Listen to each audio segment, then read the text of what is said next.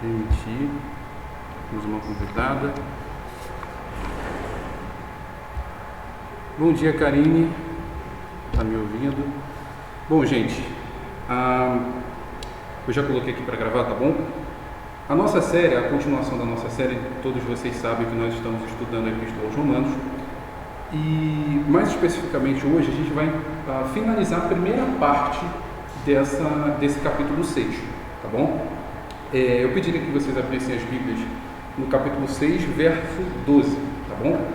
Hoje nós estudaremos do versículo 12 ao versículo 14, Romanos 6, Romanos capítulo 6, versos 12 a 14.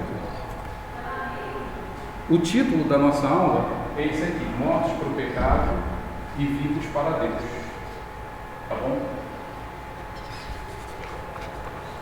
Tá conseguindo me ouvir, Karine? De máscara? Tá? Então tá ótimo. Vamos lá então? Todos acharam? Alguém quer ler? Quer ler?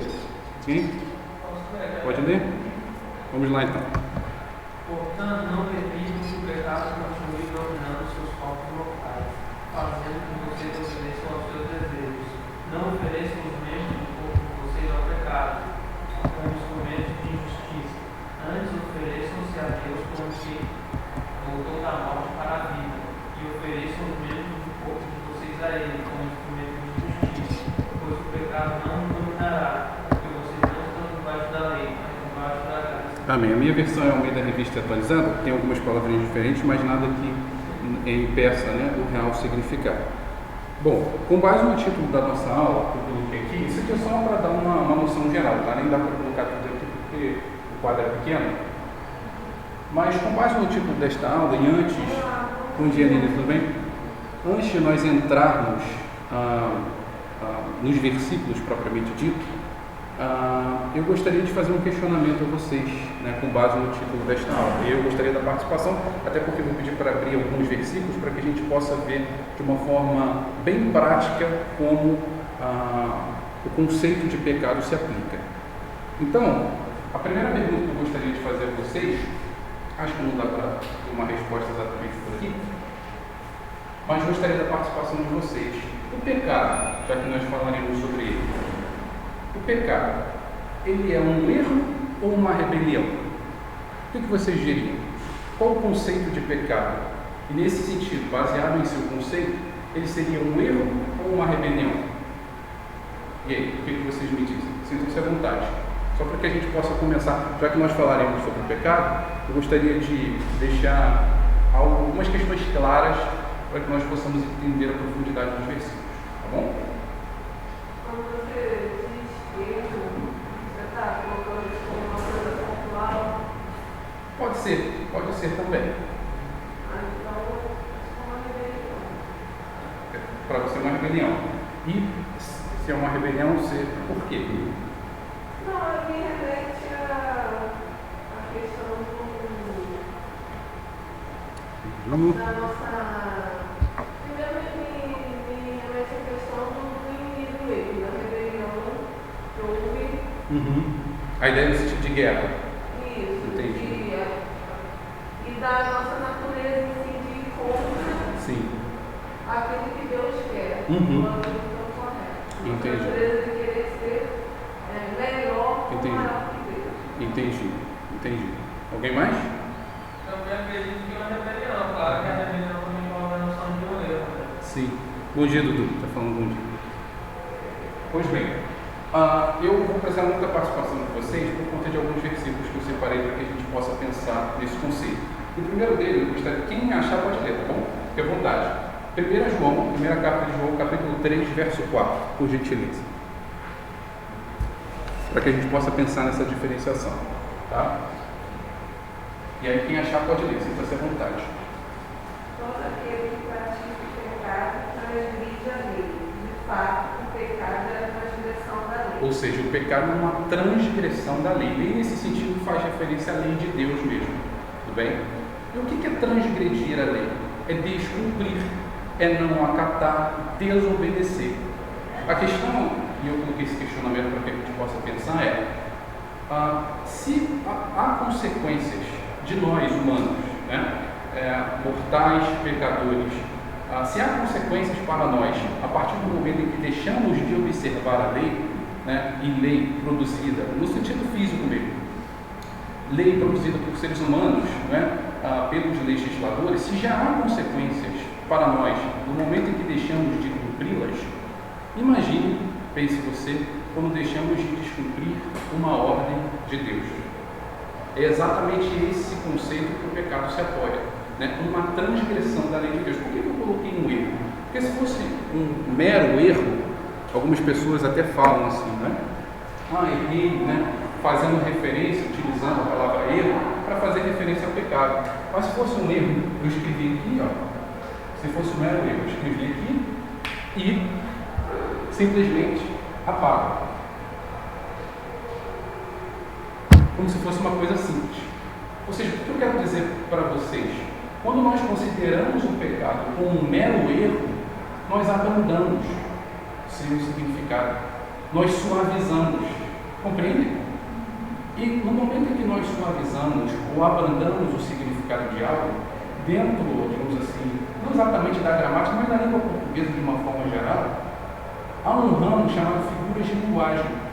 E existe uma figura de linguagem específica que é utilizada para abrandar uma ideia, para suavizar um significado. É o eufemismo. Já ouviram falar? Aquela ideia, quando uma pessoa morreu, por exemplo, ele partiu dessa para melhor. Não esqueça desse exemplo, quando eu aprendi figuras de linguagem lá no primeiro ano do ensino médio. Ele partiu dessa para melhor. Por quê? É suavizar o significado. Você não quer falar morreu?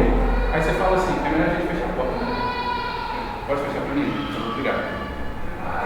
Ou seja, a partir do momento que nós pensamos dessa forma, eu não esqueço desse exemplo, conforme eu disse. Para não falar que a pessoa morreu, a gente fala assim, ela partiu dessa para melhor. Ou seja, você suaviza o significado da morte, que nada mais é do que um significado espiritual. Lembra que nós já vimos? Morte física, morte espiritual e a morte eterna. Tudo bem? Então, o pecado ele simplesmente se trata como erro, como se, aí vai cair no que você falou, como se a pessoa pudesse fazer tudo o que quisesse e simplesmente apagasse. E desconsiderasse o preço que foi pago por nós. Jesus morreu na cruz não porque nós somos o centro do coração dele, como já foi falado. Jesus morreu na cruz primeiro para a sua própria glória. Segundo, porque nós somos tão maus, tão ruins, tão perversos, pecadores, que Deus precisou matar seu próprio filho para que nós pudéssemos ser salvos. E nesse caso, seu filho unigênito, porque era o único. Tudo bem? E essa transgressão da lei de Deus, ela ocorre, por isso que eu coloquei aqui, de duas formas. Eu vou precisar da participação de vocês, tá bom? Aí, cada um sinta-se à vontade. São 6 versículos aqui. Tem 4 pessoas, acho que dá para todo mundo ler, tá? De uma forma geral. Por quê?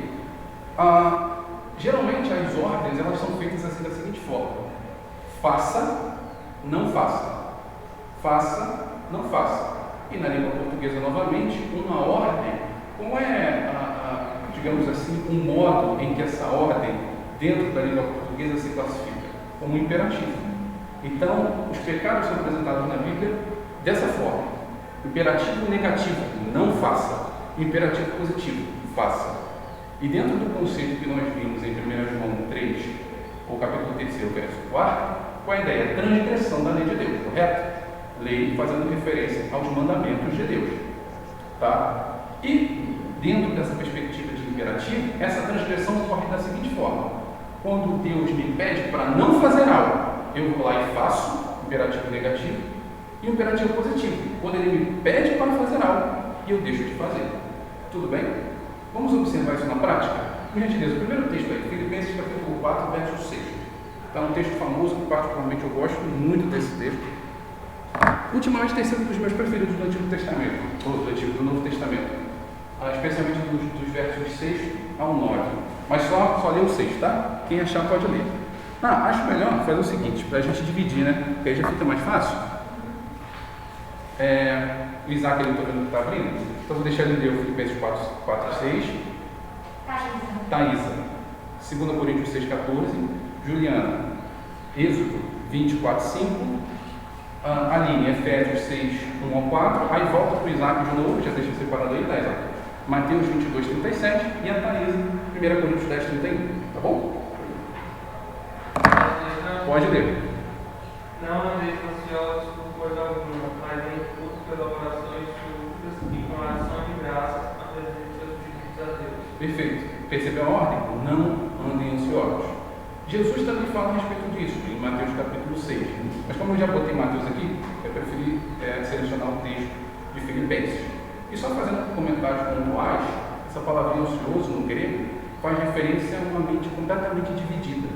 Né? Uma mente que pensa em diversas situações, futuro, pessimista em relação ao futuro, como é que vai ficar a economia, né? Trazendo no cenário atual, né?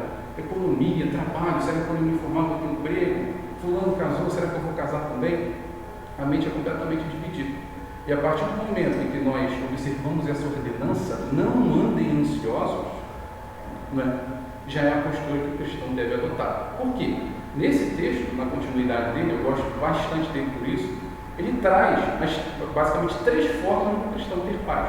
Ele vai falar na continuidade para que nós apresentemos as nossas petições diante de Deus, para que a paz de Deus guarde a nossa mente. Essa paz de Deus, sempre fazendo uma menção, é diferente da paz com Deus, lá de Romanos capítulo 5, verso 1. Sendo, pois, justificados, temos paz com Deus, ou seja, a ira de Deus não está mais sobre nós. A paz de Deus, aí nesse caso, é um sentimento mesmo, um sentimento sobrenatural, né? E o significado no grego é de um guarda militar que blinda a nossa mente contra pensamentos ansiosos. É depois a segunda característica. Então, a primeira, oração com petições e súplicas. A segunda, portanto, pensar em tudo aquilo que é justo, honesto, verdadeiro, puro, amável, de boa fama, se há algum louvor, se há alguma virtude. São 8 características. Né? E depois, como também fazer tudo aquilo que receberam, aprenderam, viram e ouviram de mim. Nesse caso, é Paulo escrevendo. Então, viram, ouviram, aprenderam e viram de mim. Né? Receberam, aprenderam, viram e ouviram de mim. E nesse caso, no contexto, quando você estuda a carta aos Filipenses, Paulo estava preso em Roma. E aí é que torna mais fantástico o significado. Porque alguém preso, como alguém preso poderia ter paz, né? É algo que, em tese, é um pouco contraditório. E aí, a instrução dele no verso 9, no final, é de que fazendo isso, orando, pensando em todas as 8 características e fazendo, agora não mais a paz de Deus apenas guardará a minha mente, mas o Deus da paz estará conosco. Tá bom? 2 Coríntios 6,14, por gentileza. Jamais vos coloqueis em julgo desigual com os descrentes, pois o que há de comum entre a justiça e a injustiça? Ou que a comunhão pode ter luz com as trevas? Perfeito. Na minha versão, o significado está com as palavras um pouco diferentes, mas o significado é o mesmo. Está assim, não vos ponhais em julgo desigual com os incrédulos. Também um texto famoso. Está vendo a ordem? Não vos ponhais. Esse texto aqui, de 2 Coríntios 6,14, ele já responde a muitas dúvidas de pessoas crentes e não crentes também. Aquela famosa dúvida, pode um cristão se relacionar com um não cristão? A resposta está aí. Não os ponhais em julgo desigual com os incrédulos. E aí a pessoa fala, não, mas 1 Coríntios capítulo 7, né, na epístola anterior, fala assim, que o marido descrente é santificado pela mulher. De fato, é verdade, e vice-versa, né? O marido descrente com a mulher descrente é santificado pela mulher. De fato, é verdade. Mas o contexto aqui é diferente. Quando já havia um casal, né, eles eram casados e posteriormente eram descrentes, tá? Esse casal era descrente e posteriormente, em determinado momento do casamento, Deus alcançou um dos dois. Tudo bem? E aí um se torna crente e o outro descrente. E aí, se esse descrente consentir em conviver, que seja, porque ele termina no versículo, porque Deus me chamou para a paz. Tudo bem? Essa é a ideia. Então, esse versículo aqui como uma ordem, não vos ponhais em julgo desigual com os incrédulos. Tá bom? Êxodo 20, 4 e 5. Não faça mais nenhuma coisa que há lá em cima do céu, ou aqui embaixo do pé, ou na nada debaixo da terra. Não se ajoelhe diante de ídolos agora, pois os senhores são seu Deus, não toleram o Deus. O castigo que estima cheio, até os seus netos e netos. Ou seja, esse texto aqui, eu poderia pegar todos os exemplos dos 10 mandamentos, Êxodo capítulo 20. Só que aí, eu preferi para que nós possamos... Existem outros, tá? Inúmeros exemplos, só coloquei alguns, para que a gente possa conhecer um pouquinho mais das Escrituras de uma forma geral. Esse texto aqui, só uma característica, ele aparece pela primeira vez, os 10 mandamentos, em Êxodo capítulo 20, e é repetido lá em Deuteronômio capítulo 5, pela característica do livro. Deuteronômio busca repetir determinadas leis que são as consideradas as mais importantes, que foram mencionadas nos livros anteriores. Então, Êxodo, no caso um pouquinho de Gênesis, né, menciona um pouco, Êxodo, Levítico e Números, principalmente Êxodo, Levítico e Números. E esse é o primeiro fator, a característica do livro de Deuteronômio, de repetir as principais leis. E o segundo, a cultura hebraica. Eu não sei se vocês já perceberam, né, a gente pode observar isto, né, principalmente no Antigo Testamento, diversas repetições de palavras. Já ouviram isso? Vou até pegar a caneta aqui para escrever algo mais para frente. Diversas repetições de palavras. Né? O autor menciona uma palavra e depois repete ela em seguida. A gente pode observar isso no Pentateuco, nos Salmos, principalmente. Muitos Salmos, né? O próprio salmista, dentre eles Davi, já repete várias vezes o mesmo significado. E isso tem uma razão. Por quê? O judeu trabalha com a lógica da repetição, até se decorar. Tá? Qual é a lógica? Que lógica é essa? O que a memória ama, a alma não esquece, e portanto fica eterno no coração. O que a memória ama, a alma não esquece, e portanto fica eterno no coração.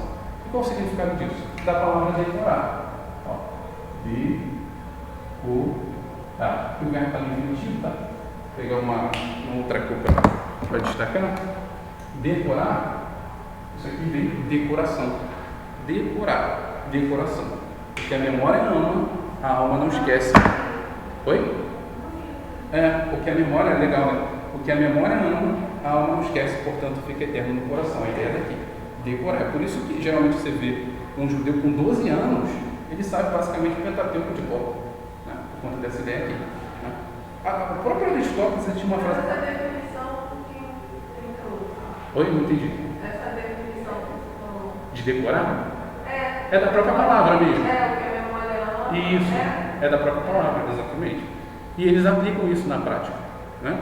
E a ideia é essa. Né? O Aristóteles mesmo, ele já certa feita escreveu. Né? Nós somos o que repetidamente fazemos. A excelência, portanto, não é um ato, e sim um hábito. É essa ideia aqui, decorar, repetição. Isso faz parte da cultura hebraica. Tá bem? Esse texto aqui, de Êxodo 24:5, fala a respeito do pecado de idolatria. Né? Estou até me lembrando de um texto aqui, eu já vou pedir para vocês conferirem. E às vezes a gente pensa assim que idolatria, quando ele fala aqui, não é apenas cultuar uma imagem. Não é? Agora, confirma para mim se é Salmo 115. Dá uma olhadinha para mim. Salmo 115, versos 4 e 5. Vai falar, tem olhos, mas não veem, boca, mas não fala. Dá uma olhadinha aí. 105 ou 115. 115. Dá uma olhadinha. Pode ler, por favor. Tem boca, mas não podem falar. Olhos, mas não podem ver. Tem ouvidos, mas não podem ouvir. Nariz, mas não podem sentir cheiro. Exatamente. Faz referência a essas imagens. Só que geralmente a gente associa idolatria a exatamente alguma imagem, né? Em que será prestado algum tipo de adoração.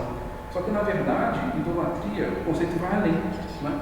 Refere-se a todas as coisas, eu nem gosto dessa palavra coisas, né? Mas realmente o significado tudo aquilo, né, que o ser humano, digamos assim, acaba substituindo por Deus.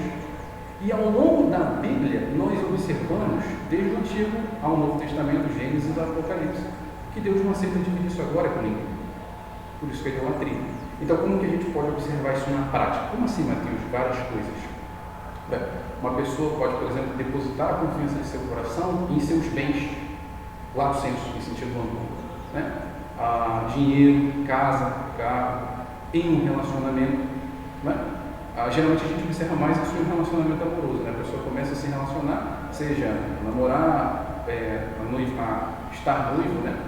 Ou então mesmo até acaba gerando um casamento, a pessoa muda completamente. Já viram isso?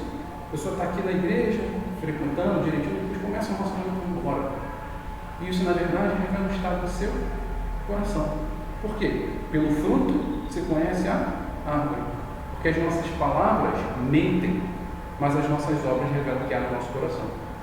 Então, se uma pessoa vem à igreja, caramba, antes de ser emocional, ela fazia, se envolvia, tudo mais, muda completamente, não aparece mais, cadê o irmão, cadê a irmã? Então, é mais ou menos por aí, tá bom? Então, Deus não aceita dividir sua glória com ninguém. Vamos agora ao imperativo positivo. Efésios capítulo 6, versos 1 ao 4. Está com quem? Está com a língua? Filhos, obedeçam aos seus pais no Senhor, pois isso é justo. Honra teu pai e tua mãe, este é o primeiro mandamento com promessa, para que tudo se discorra bem e tenha longa vida sobre a terra. Pais, não irritem seus filhos, mas criam segundo a instrução e o conselho do Senhor. Exatamente. Percebam que isso aqui também está nos 10 mandamentos, tá? Só do que selecionei outro texto, para ficar um pouco mais claro. Honra a teus pais e honra os teus pais, incluindo pai e mãe. Ou seja, uma ordem fácil, tudo bem? Mateus 22, 37, primeiro grande mandamento. Respondeu Jesus: ame o Senhor, o seu Deus, de todo o seu coração, de toda a sua alma, de todo o seu entendimento. Todo o coração, toda a alma, todo o entendimento. Perceba a ideia de completude? Todo o coração, toda a alma, todo o entendimento. Essas três palavrinhas, repetição, lembra lá? Repetição, não estão aí à toa, não estão por acaso. A ideia é completude, tudo bem? E por fim, selecionei o texto de 1 Coríntios 10, 31, que é o principal propósito do cristão. Pode ler para a gente, Tânia? Assim, seja comendo, seja bebendo, seja fazendo qualquer outra coisa, fazei tudo para a glória de Deus. Ou seja, fazer tudo para a glória de Deus, o principal propósito do cristão. E eu também quis selecionar estes versículos para ser um contraste à idolatria, né? Meu amor ao Senhor de todo o coração, pensamento e alma faz com que eu faça tudo para a sua glória. Tudo que eu vier a fazer. Tudo que eu vier a fazer, perdão. Na minha versão está, quer com mais, quer bebais, né? E a ideia é essa, fazer tudo para a glória de Deus. E a consequência é o quê? Tem muita gente que diz, a propósito do cristão é ser feliz. Não, não é. É viver para a glória de Deus. A felicidade, vivendo para a glória de Deus, passa a ser uma consequência. Tudo bem? E não a finalidade. Bom, feitas essas considerações sobre o pecado, coloquei alguns exemplos para vocês, vamos adentrar, porque hoje a gente só vai ler 3 versículos, por isso que eu fiz essas considerações, tá? Na verdade, nós já lemos, né, os 3 versículos, mas vamos fazer algumas considerações a respeito dele. Vamos ao primeiro aqui, verso 12. Como Isaac já leu, eu vou ler novamente aqui o verso 12. Primeiro. Não reine, portanto, o pecado em vosso corpo mortal, de maneira que obedeçais às suas paixões. O que vocês acham desse versículo? Eu não sei se todos aqui estão assim, tirando Juliana, né, que veio nas aulas passadas, nas aulas anteriores. Vocês estão acompanhando aqueles vídeos, né, que o Claudio tem colocado no grupo, das aulas já gravadas, mas dentro do que nós já vimos, né, na Epístola aos Romanos, o que vocês diriam nesse verso 12, para que a gente possa começar a falar? Sintam-se à vontade.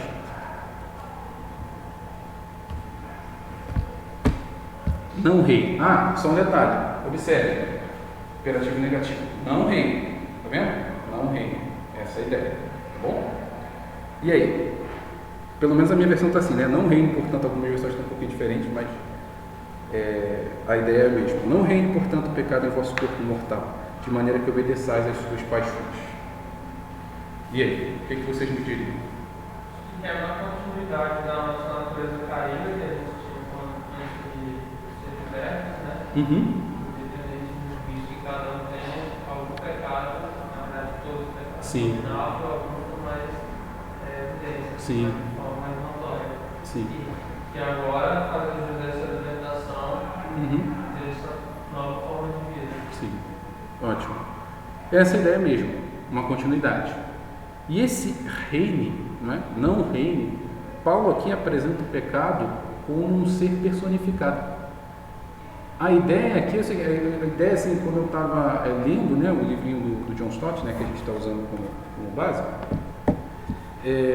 me lembrou a infância, né, daquele vilão, sempre tinha um grande vilão que queria dominar o mundo, né? E a ideia aqui é que, só que desenho é fantasia, mas aqui é vida real mesmo. Não reine, portanto, ou seja, a ideia aqui é Paulo personifica o pecado como se fosse um rei, E se há rei, há uma monarquia, e se há uma monarquia, consequentemente, há súditos. E a ideia aqui é com que o pecado faça com que esses súditos que se oferecem a esse rei, que é o próprio pecado, né, venham obedecê-lo incondicionalmente para que ele venha dominar realmente o mundo. Um plano maléfico mesmo. Por isso que me lembrou os desenhos, porque geralmente a gente vê isso nos desenhos. Mas aqui é vida real, não reino. Olha só o poder do significado dessa palavra. E aqui também um outro adjetivo, né, uma caracterização, que é o corpo mortal. Né? Ó, não reine, portanto, pecado em vosso corpo mortal. Esse mortal aqui faz referência aos desejos que podem ser utilizados pelo pecado. E eu pergunto a vocês, só para a gente fixar o que nós já vimos nas aulas anteriores, mas é importante com base na lógica da repetição, todo desejo que o nosso corpo possui é pecado?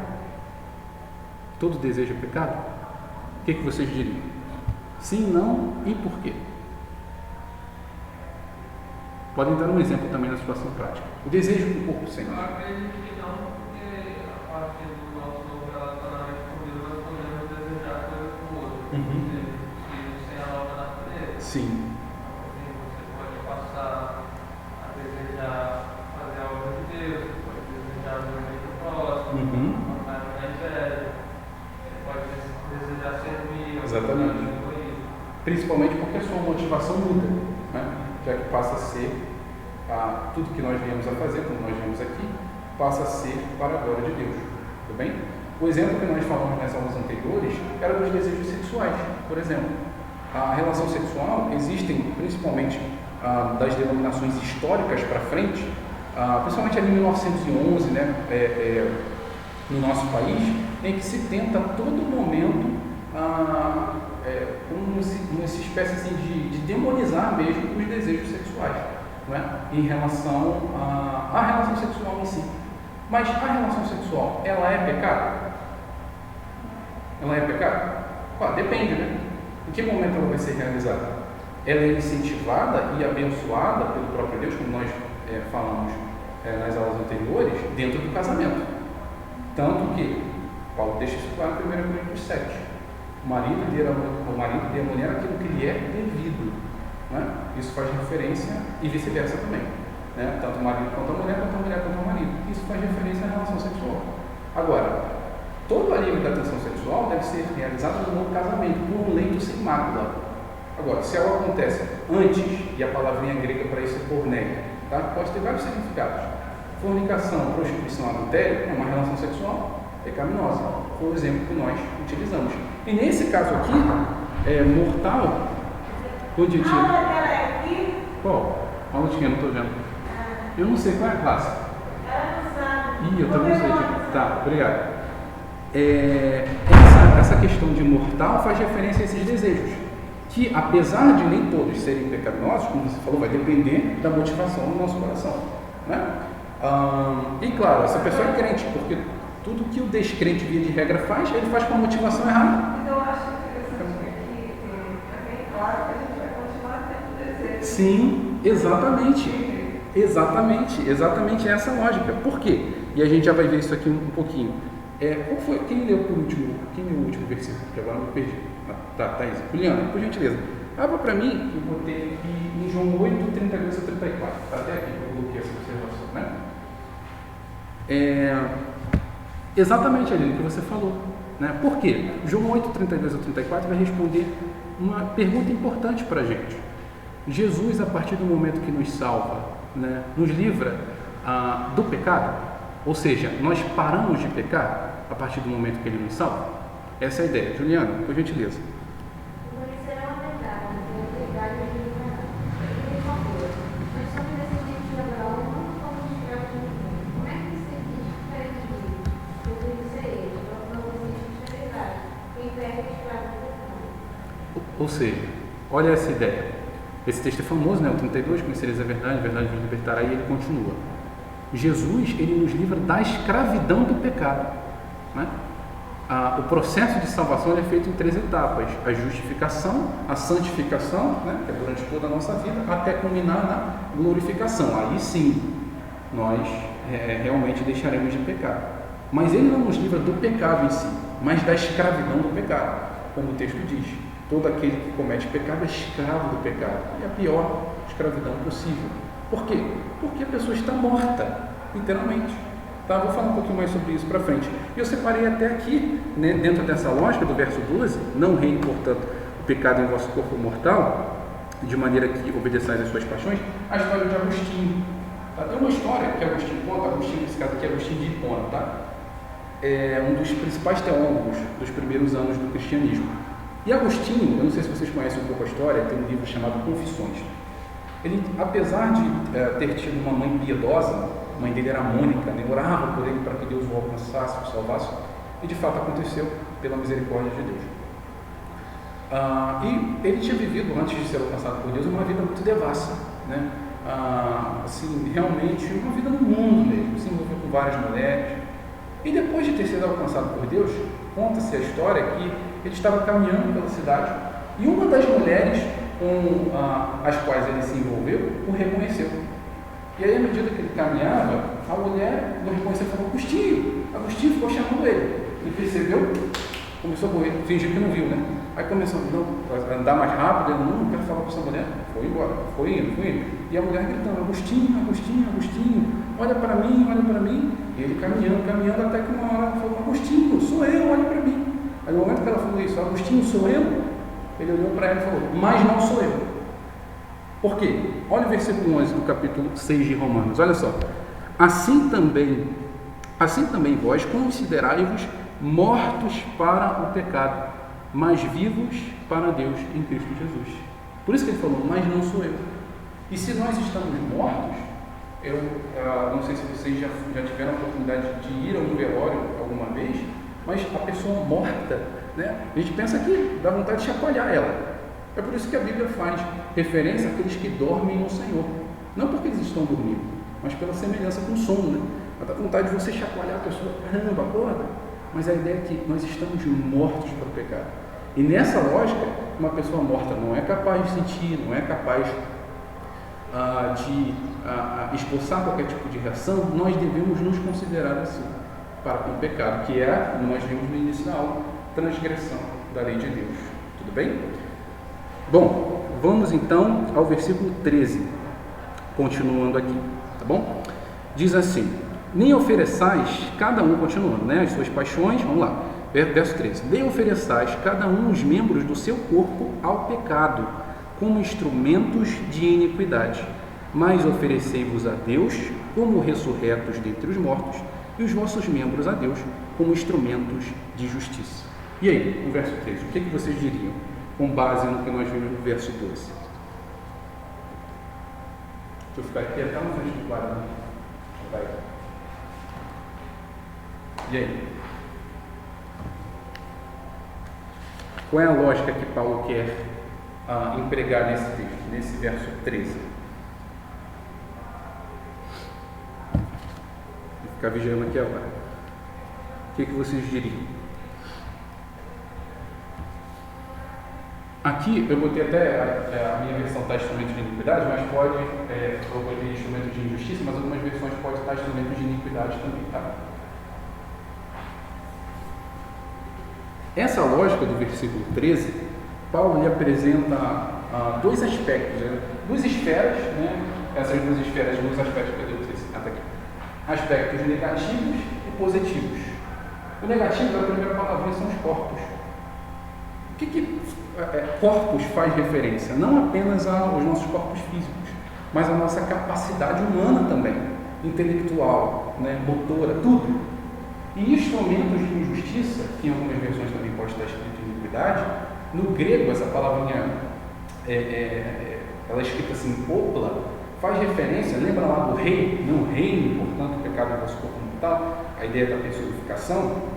Esse rei utilizará estes instrumentos de justiça, né, para o seu objetivo final, que é o quê? Dominar o mundo por meio do pecado. Essa é a ideia. Por isso que eu lembrei do desenho. A ideia aqui no grego também você encontra: um comandante militar utilizará instrumentos para iniquidade, nesse caso de injustiça. Eu separei uns textinhos aqui para a gente ler, que também trazem essa ideia de arma, de instrumento. O primeiro deles, quem leu por último, Juliano, foi? Aline, Romanos 13:12, também Romanos, Isaac, 2 Coríntios 6:7 e Thaisa, 2 Coríntios 10:4, por gentileza. Essa ideia de armas, né, como utilização por parte de alguém, tá? 13:12. A noite está quase acabando, o dia logo vem.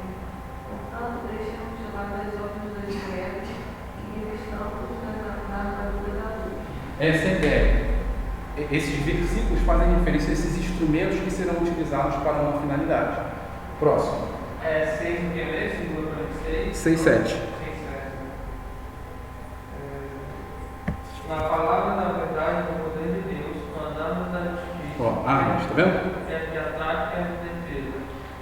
Tá vendo? Armas, instrumentos para uma finalidade. Apesar das palavras serem diferentes, só separei esses textos porque o significado, no momento em que vocês estudarem, é o mesmo. Tá? E por fim, As armas da nossa guerra não são terrenas, mas poderosas em Deus para destruir fortalezas. tá vendo? A ideia é essa, armas, instrumentos. E nesse versículo, voltando ao capítulo 6, a ideia é que o pecado utiliza as suas armas para o seu principal objetivo, tá? Que é contaminar a humanidade. E os aspectos positivos, tá? O primeiro deles é oferecer-vos. Eu botei aristos, né? Porque esse tempo, esse verbo aqui, oferecer, no grego, ele está nesse tempo, que se refere ou faz referência a algo indeterminado, não é? Porque é uma ideia de continuidade, me oferecer a Deus, tudo bem? E esses instrumentos de justiça, né, que aqui aparece, aqui já no meu versículo aparece, deixa eu ver, no verso 13, instrumentos de justiça, já aparece instrumento de justiça e não de equidade, que seria o contrário de iniquidade. E a ideia aqui é o quê? Ser oposto, né? São ideias opostas, percebe? Instrumentos de justiça, injustiça com justiça. Ou seja, o contrário aqui se aplica, mas fazendo referência a Deus, tudo bem? Ou seja, nós devemos nos oferecer como armas ou instrumentos, no significado dos versículos que nós lemos, com uma finalidade, para que nós possamos nos oferecer a Deus, tudo bem?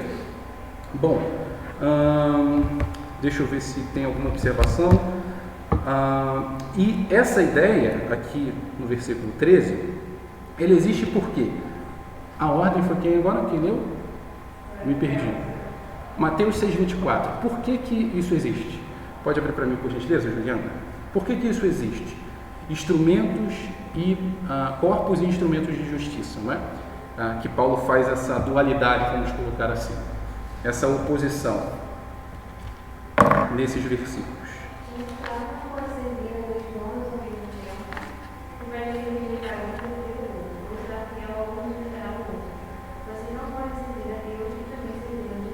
Qual o fundamento disso? Ninguém pode servir a dois senhores. Ninguém pode servir a Deus e ao pecado ao mesmo tempo. Essa é a ideia, entendeu? Por isso que ele faz esse contraste, tá bom? Bom, e por que, qual a razão dele fazer isso, né? Por qual motivo nós devemos oferecer os nossos corpos como instrumentos de justiça? A resposta está no meio do verso 13, olha só. Não, nem ofereçais cada um os membros do seu corpo ao pecado como instrumentos de iniquidade, mas oferecei-vos a Deus, aí está aí, como ressurretos dentre os mortos. Algumas versões pode estar escrito, né? Como vivos dentre os mortos. Ou seja, se Cristo nos salvou, e agora nós morremos com Ele, olha o verso 6 do capítulo 6 de Romanos. Sabendo isto, que foi crucificado com Ele o nosso velho homem, para que o corpo do pecado seja destruído e não sirvamos o pecado como escravos. Lembra lá da lógica de João capítulo 8, que nós lemos? A ideia é essa: se nós morremos com Cristo, devemos nos considerar assim. O mínimo que se espera de um cristão é uma vida de piedade, não é? Não no conceito, digamos assim, de sentir pena de alguém, mas no sentido de ser devoto a Deus, de viver para a glória de Deus. Esse é o mínimo que se espera. E nós devemos fazer isso. Nós veremos daqui, não sei exatamente, provavelmente eu ouso dizer vezes, né, porque está lá no capítulo 12, a gente está no capítulo 6 ainda, que nós devemos fazer isso de forma racional, que é Romanos capítulo 12, de forma racional, entendendo como uma forma de gratidão a Deus. É por isso que eu venho à igreja, é por isso que eu venho. Por que o culto a Deus é público? É essa ideia, entender essa lógica. Hoje é Santa Ceia. Qual a lógica da Santa Ceia? Não é? Essa forma, o mínimo que se espera é que possamos lutar contra o pecado, porque devemos nos considerar mortos para ele, e a partir disso sermos gratos a Deus, tudo bem? Principalmente pelo seu alcance, né? Porque nós estávamos mortos. Efésios 2:1, e vos vivificou. Estamos vós mortos em ofensas e pecados. E essa característica somos nós, mortos. Nós estávamos literalmente mortos. Uma pessoa morta, como eu já disse, não é capaz de sentir. Tanto que a parte mais importante desse texto está lá no verso 4. Mas Deus. Ele começa assim. Mas Deus. Por que essa é a parte mais importante do texto? Mais. Qual é a classificação morfológica de mais? Ou seja, que palavra mais pertence, né, dentro da língua portuguesa? Uma conjunção adversativa ou positiva.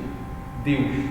Mais Deus. Ou seja, Deus, diante de todo esse cenário maléfico, resolveu fazer algo. E aí Paulo descreve, mas Deus, que é riquíssimo em misericórdia, por seu muito amor, com que nos amou.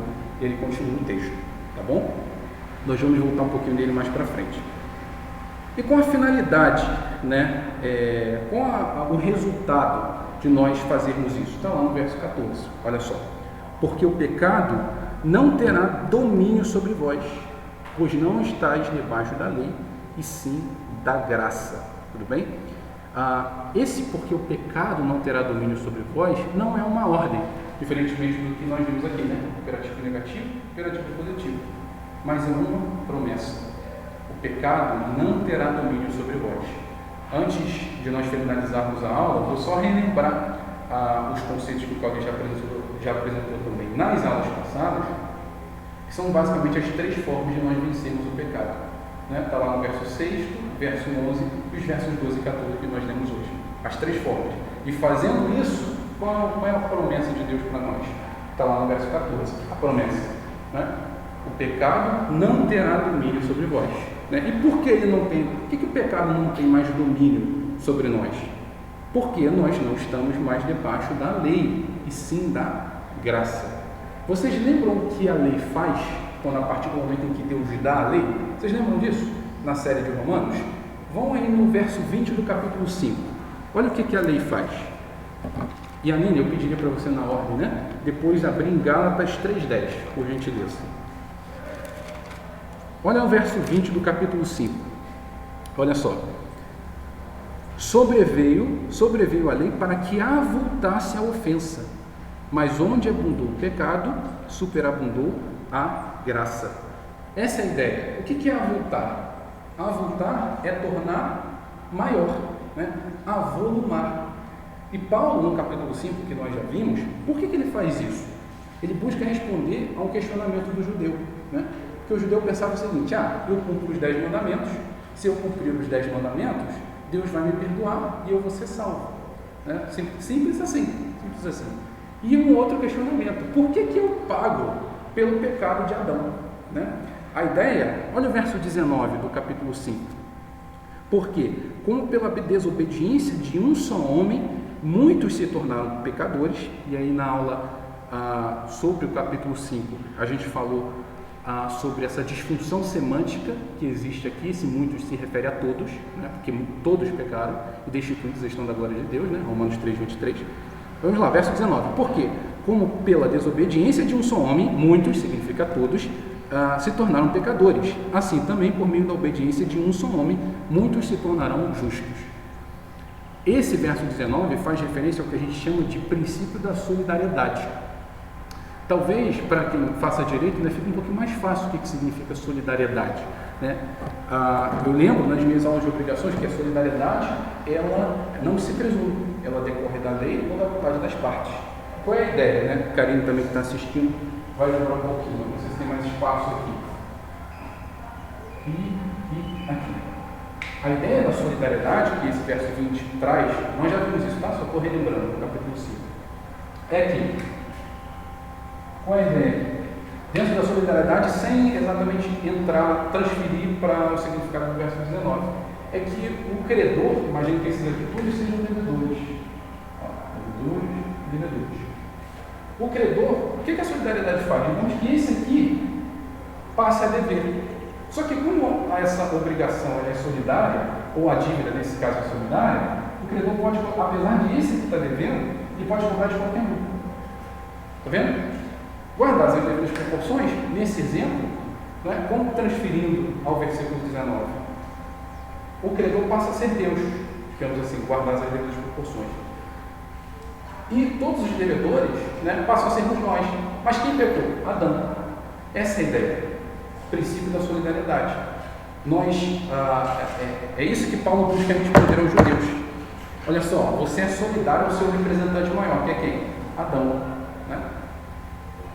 E aí ele passa a fornecer os 10 mandamentos, lá em Êxodo capítulo 20, para tornar a lei conhecida. Agora não mais existe a lei moral apenas no coração do homem, né? Dentro do coração do homem, mas uma lei codificada, escrita para que ele possa conhecer e saber que pecou. Não é? Sabendo isso, Paulo só quer mostrar para eles o seguinte, para os judeus: olha só, você não é diferente de Adão, não. Se você estivesse lá, você faria a mesma coisa. Você é pecador. Não é? Essa é a ideia do texto. E aí, Aline, por gentileza, Gálatas.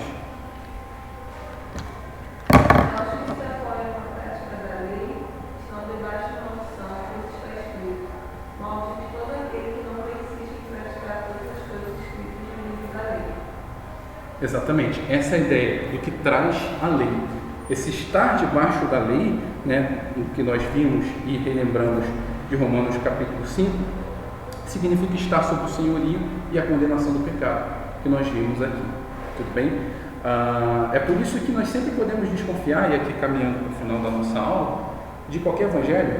Estamos na hora, né? Começa 10h15, são 9h55, né? 56, está um pouquinho adiantado. Acho que nós podemos desconfiar de qualquer evangelho que forneça uma graça barata. Vou pedir para que vocês abram aqui, para a gente caminhar para o final da nossa aula.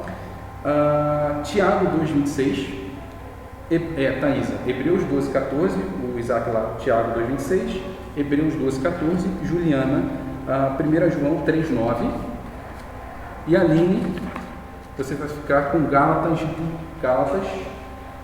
capítulo 5, versos 18 ao 24, tá? Isaac, se você achou, pode continuar lendo, tá? Pode começar a ler, perdão. Assim como se Espírito está morto, também a fé sem obras está morta. Perfeito, pode continuar. Esforçai-vos para viverem paz com todas as pessoas e em santificação sem a qual ninguém verá o Senhor. Juliane.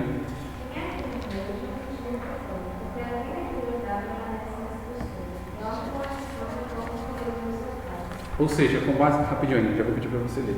Com base nesses versículos, nós podemos repudiar qualquer ideia de graça barata. Não, você tem que ficar, Deus te aceita como você do jeito que você está, do jeito que você é, você não precisa mudar, pode continuar do jeito que você quiser. Né? A nossa fé, com base nesses versículos, né, 1 João deixa claro, olha só, aquele que vive no pecado, né, que vive na prática do pecado. Já é para quê? Porque o pecado na vida do cristão, a partir de sua conversão, deve ser um acidente e não uma regra. Se a pessoa vive pecando, tem algo errado.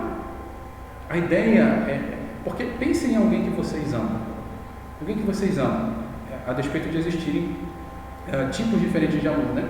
Principalmente C.S. Lewis traz isso muito bem no livro Os Três Amores, né? Quatro amores. Traz isso muito bem, as diferenças, né, entre os amores. Mas pensem nisso, né? Pensem em alguém que você ama, físico, imagine, né? Repito, a despeito dessas diferenças. Quando você ama alguém, você entristece ou fere essa pessoa de alguma forma, o que se busca de uma pessoa que ama? Não é? Amar, perceba, é um verbo, né? Você demonstra, ele é demonstrado por meio de ações. Você rapidamente busca se reconciliar. Por quê? Porque apesar de ter ferido essa pessoa, eu não desejo ferir a quem eu amo. Essa é a ideia. A questão e com Deus, né? Nós estamos pensando em pessoas físicas aqui, pedir para vocês fazerem esse raciocínio, né?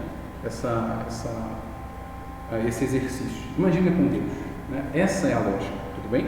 É por isso que a gente leu aqui em Mateus 22:37, tudo. Sim, exatamente.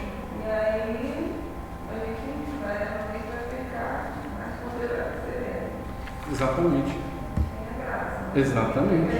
Exatamente. E aí é que tá. Não tem que haver mudança, né? Sim, exatamente. É o que se espera, é o mínimo que se espera. Agora, esse processo de santificação, ele dura a nossa vida toda. Ele dura a nossa vida toda. Né? E a fé, ela é como um músculo. Se nós não exercitamos, ela atrofia. Né?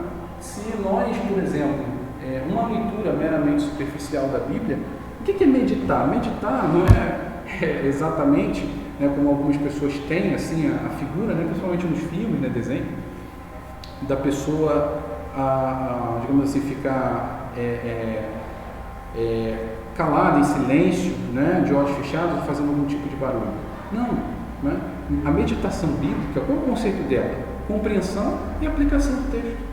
Toda teologia precisa ter um resultado prático. Agora, para isso nós precisamos estudar a Bíblia, né? Conhecê-la.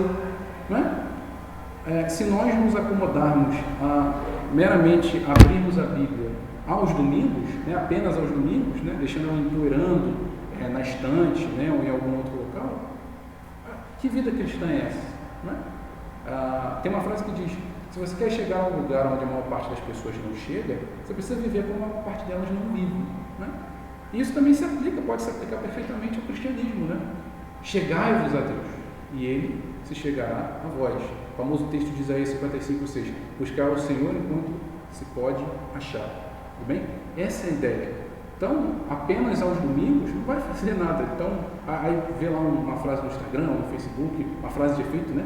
Que geralmente tem, e pronto, tem o meu pão diário. E a gente não investe, né, o nosso tempo, né, com Deus, é complicado. Tudo bem? Aline, por favor. 18. Isso, do 18 ao 24. Mas se vocês são guiados pelo Espírito, não estão debaixo da lei. Ora, as obras da carne são manifestas: imoralidade sexual, impureza e libertinagem, idolatria e feitiçaria, ódio, discórdia, ciúmes, ira, egoísmo, dissensões, facções e inveja, embriaguez, orgias e coisas semelhantes. Eu os advirto, como antes já os adverti. Aqueles que praticam essas coisas não entrarão no reino de Deus. Mas o fruto do Espírito é amor, alegria, paz, paciência, amabilidade, bondade, fidelidade, mansidão e domínio próprio. Contra essas coisas não há lei. Os que pertencem a Cristo Jesus crucificaram a carne com as suas paixões e os seus desejos. Resume bem o que nós vimos hoje. Né?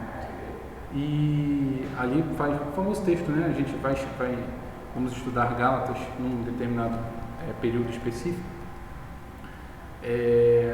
E a ideia é exatamente essa, né? Ao finalzinho. E os que são de Cristo crucificaram a carne com as suas paixões e concupiscências. Mas aí esse texto faz referência, né, às obras da carne e os frutos do Espírito. E é interessante porque no momento em que se lê isso, eu lembro, para que a gente possa terminar, de uma ilustração de Faraó, né? No momento em que há a travessia do povo de Israel, né, que são libertos depois de 430 anos sendo escravos, escravos, conceito que nós vimos hoje, atravessam o Mar Vermelho. Aí você imagina, eles atravessam o Mar Vermelho. Simbolicamente, imagina uma conjectura, uma imaginação, sepultando seus pecados, saindo de uma antiga vida para uma nova, só para a gente possa entender, né, o que significa. Atravessa o mar abre, né, divide, eles atravessam, sepultam ali sua vida, seu velho homem, vamos colocar assim, e passam a viver uma nova vida. Eram escravos e agora são libertos. Escravos aqui, mar aqui, passam a ser libertos. Aí imagine que Faraó, no momento que está vendo isso acontecer, pega um megafone, só uma imaginação, tá? Para que a gente possa entender onde eu estou querendo chegar. Pega um megafone e começa a gritar assim: olha, escravos, né? Eram escravos dele. Escravos, venham para o seu Senhor, venham para mim. Por que vocês estão fugindo? Venham para mim. Vocês têm que ficar aqui, a vida de vocês é aqui no Egito. Não é na nova terra, que acabou sendo Canaã, né? Que manda leite e mel. Não, a vida de vocês é aqui. Vocês são meus escravos, venham ao meu encontro. E aí, pasmem, poderiam poderiam existir hebreus que, ao ouvirem isso de Faraó, né, nadassem tudo de novo e voltassem e beijassem seus pés. O que isso significa? O que eu quero dizer com isso? Nessa conjectura, né, nessa imaginação? Que é exatamente isso que acontece quando nós pecamos. Exatamente essa lógica. Lembra da ideia? Pecado como um rei, na figura de um rei, na personificação de um rei. Nesse caso ali, representando o Faraó, né, como um líder, né, de todo o Egito. E é exatamente isso que acontece. Deus nos libertou, nós voltamos. É por isso que Davi se arrepende de uma forma tão significativa, fazendo um contraste entre o Salmo 23, né, que é o seu apogeu, o Salmo messiânico, e o Salmo 51. Quando o homem, segundo o coração de Deus, matou, né, nesse caso mandou matar, mas acabou sendo atribuído a ele, e adulterou. E aí se arrepende no Salmo 51, que nós vemos isso. Então, para que nós possamos terminar... Oi. Vai lá. Tá, vai lá, Lili. Obrigado. Para que a gente possa terminar, quais são as 3 formas de nós vencermos o pecado? E relembrando o que o Cauli já apresentou também nas aulas anteriores. A primeira forma, de acordo com Romanos capítulo 6, está no próprio verso 6, nesse caso. Olha só, sabendo isto, que foi crucificado com ele o nosso velho homem, para que o corpo do pecado seja destruído, e não sirvamos o pecado como escravos. Ou seja, primeira forma, saber que fomos crucificados com Cristo. Segunda, verso 11. Assim também vós considerai-vos mortos para o pecado e vivos para Deus, que é o título da nossa aula. Ou seja, saber que eu fui crucificado, devo me considerar morto para o pecado. E qual é a terceira forma? Versos 12 e 13. Não reinar, imperativo negativo, não reinar, portanto, em vosso corpo mortal, de maneira que obedeçais às suas paixões, em verso 13, né? Nem ofereçais cada um dos seus membros ao pecado, e aí a segunda parte dele, que é a parte positiva, oferecer, uma ideia contínua, né? Então, repetindo, né? Me considerar morto, né? Me considerar crucificado com Cristo. A partir disso, eu fui crucificado com ele, os meus pecados também. A partir disso, eu estou morto para o pecado e, por fim, eu me ofereço a Deus, né? Saber que sou crucificado com Cristo. Novamente, verso 11, estou morto para o pecado e eu me ofereço para Deus. Eu repeti 3 vezes, propositalmente, nessa lógica de decorar, tá bem? Só para que nós fixemos essa ideia em nossa mente. São 10 e 6, né? 10 e 6? Dá uma olhadinha para mim, só porque eu acho que o meu está 10 e 6. Então tá ótimo. Então a gente está dentro do horário. Bom, pessoal, essa foi a nossa aula. Vou fazer só uma oração para a gente terminar. E que nós possamos, né, meditar nas Escrituras. Tem sido muito edificante esse período que nós estamos tendo, né, de estudo da Epístola aos Romanos. E essa ideia de compreensão, meditação, compreensão e aplicação do texto bíblico, sabendo que a pior escravidão, como nós mencionamos aqui, é a escravidão ao pecado. E a vitória contra ele se dá no dia a dia, se dá na vida devocional. Por isso que nada substitui. Tem uma frase do Paul Washer, eu não sei se vocês conhecem Paul Washer, né? Ele diz assim: todos os meus dias fracos, mais ou menos, né? Parafraseando, ou seja, contando de uma outra forma. Ele diz assim: todos os meus dias fracos têm um ponto em comum. Eu negligenciei minha leitura bíblica e a minha oração, ou seja, vida devocional. Isso não é por acaso. A nossa fé, repito, é como um músculo, nas palavras do reverendo Augusto de Nicodemus Lopes, que particularmente eu gosto bastante. A nossa fé é como um músculo. Se não exercitamos, ela atrofia. Tudo bem? Bom, vamos terminar então uma oração e para depois aqui eu finalizar a gravação. Meu Deus e meu Pai, Senhor Deus, muito obrigado por este momento em que tivemos e podemos aprender mais sobre a Tua Palavra. Muito obrigado por todas as pessoas que estiveram aqui, que a Tua Palavra, Senhor Deus, possa produzir os efeitos necessários, Pai, nas nossas vidas. Afinal, ela é viva e eficaz. Viva porque produz vida, eficaz porque produz efeito. Ou seja, quando somos transformados pelo poder da Tua Palavra, há mudança em nosso caráter, já que o nosso caráter passa, Senhor Deus, a estar condizente com o caráter de Cristo. Esteja conosco, dá-nos força, meu Deus, para entendermos que somos crucificados contigo. O pecado, portanto, Senhor Deus, não reina mais em nós, nós estamos mortos para ele. E principalmente, que possamos, Pai, nos oferecer a Ti continuamente, todos os dias da nossa vida, já que o nosso principal propósito é viver para a Tua glória. essa oração que eu te peço e já te agradeço em nome de Jesus. Amém. Muito obrigado, tá, gente? Tá bom? Peraí, eu ia esquecer. Ainda bem que eu não parei de gravar. O que eu ia mandar para vocês no grupo, desculpa, o materialzinho de resumo. Peraí. Só confirme aí para mim se vocês vão conseguir abrir, tá? Rapidinho. Só porque às vezes pode não ser que abra. Peraí, deixa eu só pegar aqui. Peraí, esqueci. Onde é que tá? Peraí. Aqui. Deixa eu só mandar um recadinho, porque tem gente que não veio, né? Pode achar estranho. Peraí.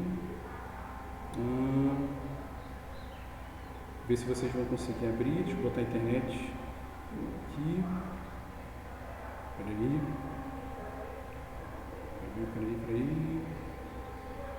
Copiar. Pronto. Vê se vocês conseguem abrir.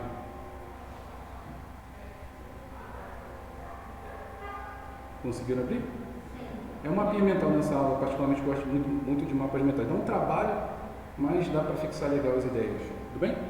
Aí eu coloquei esse textinho aí só para as pessoas que entrarem depois nos vídeos, quer dizer, assistirem ao vídeo depois da gravação da aula, não ficarem perdidos. Tá bom? Todos os conceitos estão aí, assim, de uma forma simplificada, mas dá para entender. Tá bom? Obrigado, gente. Obrigado. Tchau. Agora eu tenho que fechar a gravação. Peraí, Karine, rapidinho, já volto. Peraí. Deixa eu